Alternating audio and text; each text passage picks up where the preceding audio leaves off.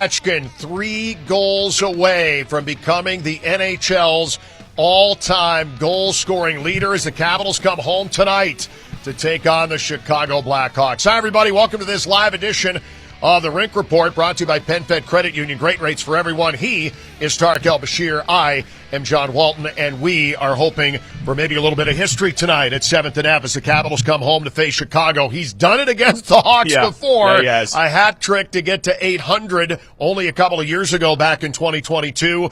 And as Spencer Carberry told me this morning, you are into a game now where you realistically could think that this could be the night. There's a buzz in the air here at MedStar Capitals Iceplex. You could feel it from the players. You could see it on the ice. You could feel it in the locker room. There's probably, what would you say, John, 10 times as much media here. Canada Sportsnet is here. ESPN is here. Al-Jazeera is here. It's a whole lot different than what we're used to in the regular season. Maybe we see this like Stanley Cup final time. And more importantly, you can feel some juice from Ovi. He just had a pep in his step. He skated this morning. I'll tell you a little funny story, John. He skated this morning for customary nine minutes or so of the morning skate. He came off. Nicholas Backstrom was there waiting for him, and he said, hey, is that it today, man? And they both had a good laugh because, he'd only skated for 9 minutes. So you see all the celebration in that shot there. That's the kind of thing that, could happen tonight, and all the 3 goals there that he got in Chicago. That was against Peter Mrazek. You're not going to see him tonight. Pretty good chance Spencer Knight will be there. So very young, inexperienced decor for Chicago. A lot of things adding up, certainly a lot of juice for maybe all of us here in this one tonight. Alex Ovechkin talking with media a short time ago here at MedStar Capitals Iceplex. There's a lot of attention on this, obviously. What's your focus? Where's your mindset right now with this? Same. Game by game. I think it's what's happening right now. It's great for hockey, great for D.C. It's pretty cool. Can you appreciate it? You're in it. You're the one doing it, but do you have an appreciation for the magnitude of hockey? Yeah, I think everybody have fun right now because everything's happening. Like lots of attention, lots of fans, and you guys. So we just have to enjoy it. Alex, Nick is here today. He's going to start traveling with the team. How cool is it that if you get there, you'll get to share with them? Yeah, great. Lots of boys right now here. Even obviously I miss them out there in my eyes, but it's nice to have them around. The whole show, all those guys. You seem like you're in a good mood. You excited? What's the feeling? No, I'm always in a good mood, man. Gretzky's supposed to be here. It's expected, and he's going to start doing it. What is that? The fact that he's now jumping into this and you're going to be watching him in your own. Yeah, he's great. He's been supportive all the time to me, and as I said, it's fun time right now. We'll see what's going to happen. But right now, with all attention to hockey game, it's a pretty cool moment. How badly do you want to get this done to be able to have it but then to have the focus to what you really want it to be? How I said, I'm just focusing on my game, focus on the victory, and how I said, we'll see what's going to happen. If you're going to think about too much, it's going to hard to do. He's done a million media scrums, but maybe not like that one as he tries to come up with 3 more tonight against Chicago. That'll give him the all-time record. And we have reached, I don't know if we've reached peak media coverage yet from a national standpoint. I would call this either third-round Stanley Cup playoff coverage type atmosphere in the room, or if a Canadian team was involved, maybe second round and all of the buzz that's going on. But a lot of national folks are here and a lot of people here to tell the story of what will be one of the greatest hockey stories of all time, Wayne Gretzky's goal record being broken by our very own Alex Ovechkin. Wayne Gretzky's going to be here. Yeah. Gary Bettman was in Carolina. He's going to be here. Of course, Alex's family, extended family. I heard he got a lot of tickets for tonight's game. Nicholas Backstrom is here. TJ Oshie's here. A bunch of former teammates. It's going to be really cool. Taking a look at the graphics here on the numbers for Alex Ovechkin against Chicago. Spencer Knight expected to be the goaltender tonight.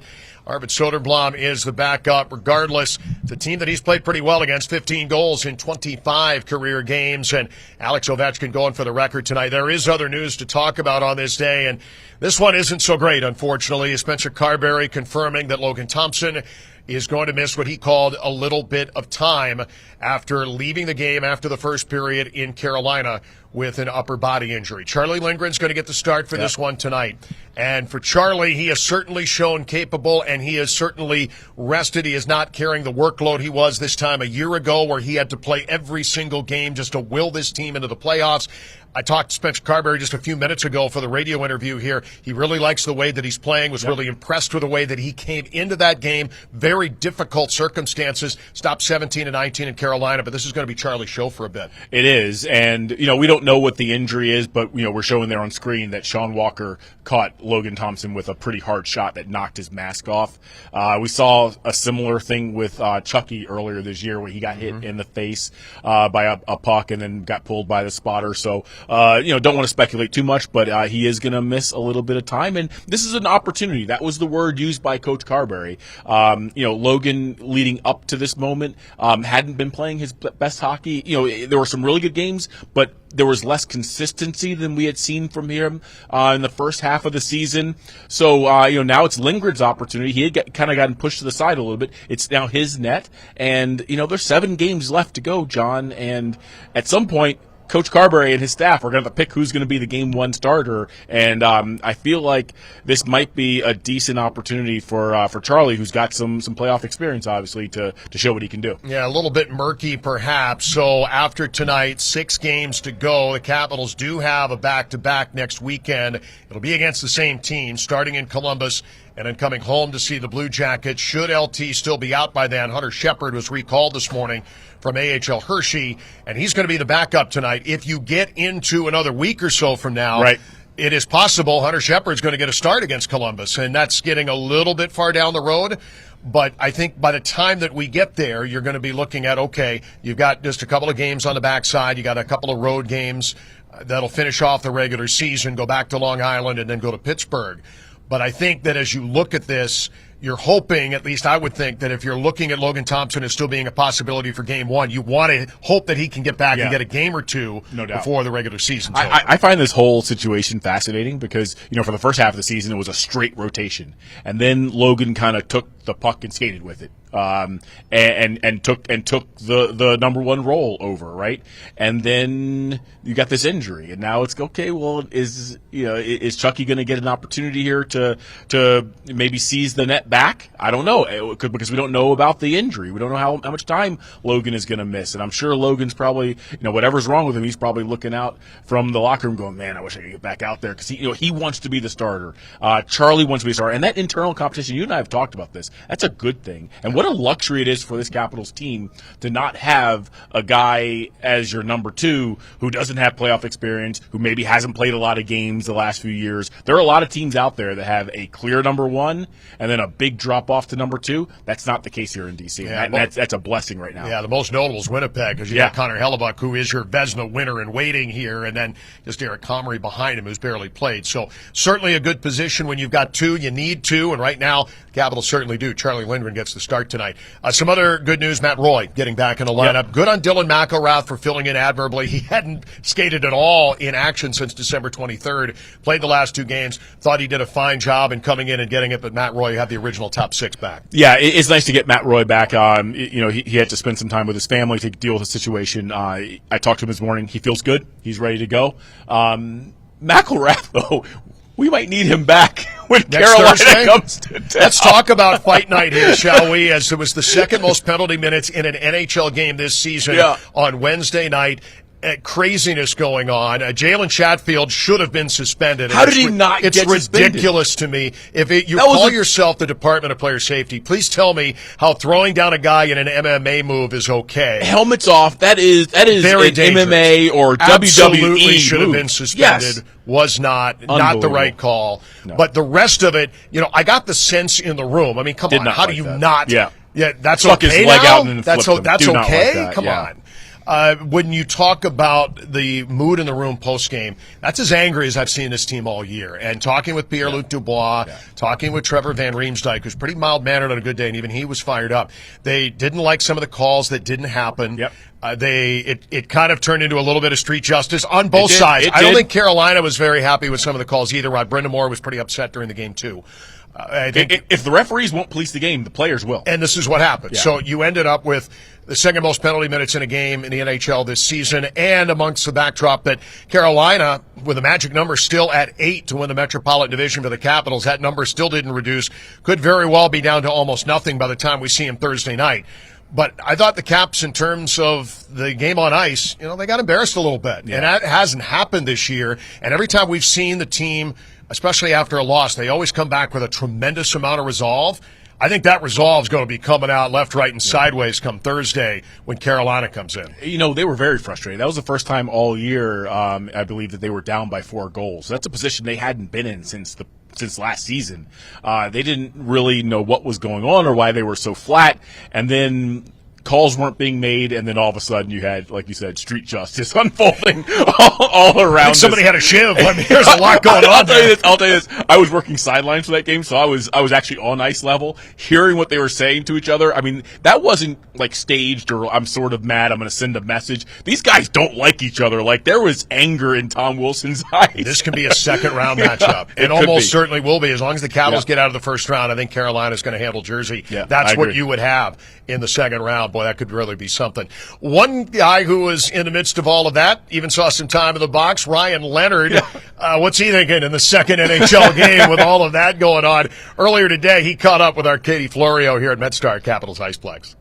Well, Ryan, thank you so much for joining the show today in what has been a whirlwind week for you. I want to start with Sunday, though. Less than a week ago, you're playing in the NCAA tournament, and 48 hours later, you're in a Caps uniform at TD Garden. Have you even processed what this week has been like? Not really. I think it's more just something you kind of look at down the road like, wow, the start to my career couldn't have gone a better way with having a bunch of family there, teammates on the glass and warm-ups. It was so surreal, and honestly can't really process it and how lucky I was yet. You mentioned everybody that was there. Obviously, it's one thing to make your NHL debut, but it's another to have the chance to do it in your home state, your friends and family close by, and we have seen your teammates on the glass as happy and proud as can be, and so many Twitter videos this week. How surreal did it make that moment? Yeah, I mean, I take that first shot and look at the corner of my eye, and I see my roommate and then just a couple other teammates behind him. It just like my sophomore class. It's just so weird to think about that. Like, that actually just happened, and like the pictures that we take, it's just something that like you hold with you forever. It's just so cool. Did they give you any advice before you went out for your lap? No. They just said go have fun. Aw. Well, 2 games down, you were involved in that Strome goal in Boston, have shown a lot of physicality so far. Head coach Spencer Carberry saying he thought you were one of the best players on the ice in Carolina. What has been your overall take so far and how you've adjusted to things? Yeah, I think just it's a lot faster. It's a lot more predictable. You're playing with obviously the best players in the world, and then probably just myself growing, just trust myself a little bit more. I thought I grew a lot in the second game, but definitely want to see myself shoot the puck a little bit more. I felt like I was a little bit tentative about that, but I'm just trying to make plays and not think too much out there, and I thought I did a better job in the second game. Well, you cap off an incredible college career with being named one of 3 finalists for the Hobey Baker Award yesterday. Congratulations. Thank you. And no matter what happens, how special is that honor to tack on everything else you've accomplished? Yeah, it's pretty cool just to see those other 2 guys, even the top 10 guys, everyone in that category. Was so much fun to compete with all year, and they're all going to have incredible journeys, hopefully, and professional. But, obviously, I know those 2 guys pretty well, so, we'll see what happens. Well, off the ice, as I'm sure you've already discovered, you have joined a fun, rowdy, tight-knit group. You just told me off camera that you're living with Pierre-Luc Dubois, so how's everything been like off of the ice with this crew? Yeah, everyone just kind of welcomed me in right away. Just the team, the culture in here, everyone's just so so fun. I mean, I was just telling a bunch of guys walking in, like, it just didn't really feel like I missed a beat. Like, everyone just opens their arms right up to you, and they're all just so loving and friendly. And then off the ice, living with Doobie and his fiance, it's awesome. It's a lot of fun. I was there yesterday for the first time, hanging out with the dogs, and we did a little bit of grocery shopping, so it was good. Well, it's one thing to jump in and just adjust to this lifestyle, but it's another for you to do it when the Capitals are at the top of the standings, hoping to go on a long run. We see all the extra media here with the Alex Ovechkin chase, of course, down to just 3 goals. So how much, I guess, even more important or more crazy is it for you when there is so much going on in this organization right now? Yeah, I mean, just to think about that, what he's going to do is, like, it's just never, like, unheard of. It's what's going to actually happen. It's so cool just to be in that locker room with him and get to know him. He's an awesome guy, and as the rest of the guys on the team, it's so cool just to I'm really just trying to soak it all in because, I mean, I'm pretty damn lucky for this to happen, and see it be done will be a lot of fun. Well, last one for you, obviously hoping for a long playoff run this spring, but for you personally, what are you hoping to accomplish the rest of this season? Yeah, I think just confidence and try to play whatever role I need to be and get into the lineup. I want to come into this team and kind of provide what I need to and try to become an everyday NHLer at the end of this. So just try to really fit the role that I'm trying to be given and hopefully run with it. Well, first one in front of the home crowd for you tonight. Should be a fun time. Ryan, thank you so much for your time and good luck. Thank you.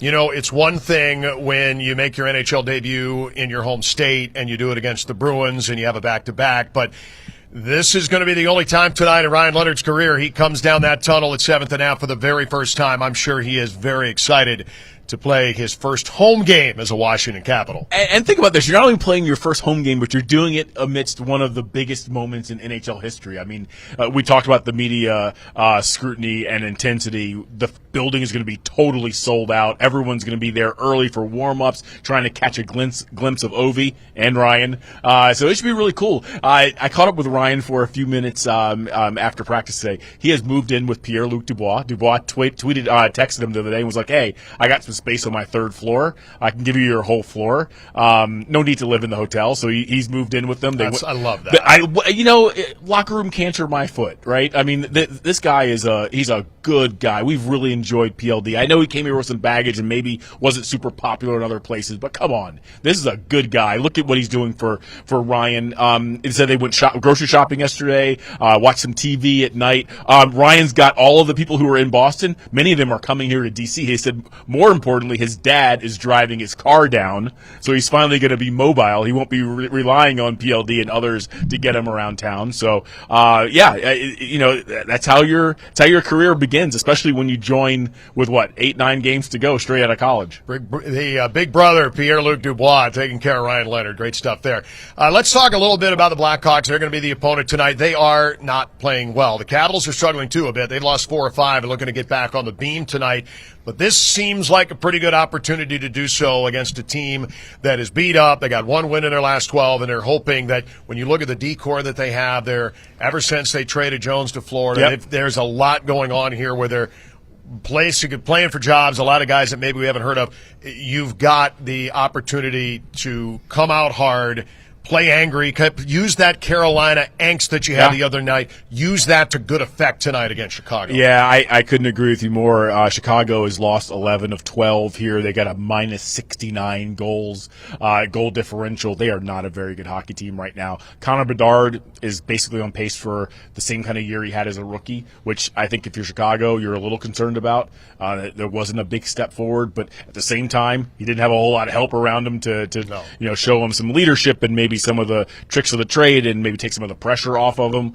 But yeah, Chicago's not. You need more than a ping pong ball. You need a plan. You do. That's a great. Did you come up with that on the fly just now? No, you did not. I did. Okay, all right. Somewhere else to run the AI machine. I didn't do it. I just did that right now. That was really good. Yeah, that was really good. You need a plan. Yeah, and I'm not sure they have one, and so they're going to be in the lottery again. this isn't the best draft year to have a high pick. So I don't know what they're doing. They divested at the trade deadline. They feel a little rudderless, and I do feel like that's an opportunity for Alex Ovechkin. We're probably going to get Spencer Knight in goal. I believe he has scored on him 2 times, and both of them, if my memory serves, one was glove high, one was blocked. No, actually, that was from Sport Logic. I don't remember where Ovi scored all of his goals. Sounded was a good story though until then. Yeah. So look, I agree with you. This is a chance for the Capitals to get right, and it's a chance for Ovi to chip away. Maybe. I'm not sure he gets 3, but maybe he gets 1 or 2 tonight and inches and sets up that big game in New York. I mean, against the Islanders, 12:30 on Monumental, on national TV as well, in the Big Apple. I mean, I just noticed Long Island, not Madison Square Garden, but those midday games on Sunday get a lot of extra eyeballs. So. I don't know. I'm excited. I don't know about you, but for me, it feels like this is like the 3rd round of the playoffs. Like my heart rate's a little elevated, my pulse is up a little bit. Like Listen, I'm talking a little faster. For those than I who call do. play-by-play around here, we just want something clean. That's all we're looking for right now. Oh my hopefully God. that happens. Not like the power play record goal, right? Didn't we not know for a little bit the one that power play goal, the one that was difficult when he went for the Russian record, the Russian goal scoring record, and passing Fedorov, it was taken off the board 2 times before it actually happened because of offside. Justin Williams called himself the Selke Award winner for being the best defensive forward because he was the only guy that could stop Ovi. He did it twice. That's right. We'll see how it goes, but that's what we're hoping for tonight. It's very exciting indeed. All in a Washington uniform. Alex Ovechkin with 892 goals and an opportunity tonight with Wayne Gretzky in the house. Gary Bettman will be here. A throng of national media. This is going to be an incredible moment, whether it's tonight, whether it's Sunday. Maybe it even gets to next Thursday when Carolina's here, but it's coming, and this is the first time realistically it could happen tonight if he gets a hat trick. Yeah, and it's an Era's night too, right? So there's going to be. I saw Brooks Orpik here this morning. Yes. I saw Nicholas Backstrom. I saw T.J. Oshie. I saw Devontae Smith-Pelly. Who else? Braden Holtby. Braden is Holtby. here. Yeah. Yes. So those guys, they share in this. They were OGs, right? They were here when Ovi was making his assault on what is going to be a breaking of a record that we never thought was going to happen. It's going to be one of the biggest stories in all of sports. I can't wait. Here at Monumental, we're going big. We're going to be on F Street with the set and the cameras for pregame. So fans, come on and show your love and get loud for us. It's going to be a lot of fun. It is indeed. We will have it all for you tonight here on Monumental Sports Network. Long pregame and get you ready for this one as Alex Ovechkin looking to make some history tonight. Our thanks to Ryan Leonard for stopping by and chatting with Katie. We will talk at you next week here on the Rink Report, brought to you by PenFed Credit Union at great rates for everyone.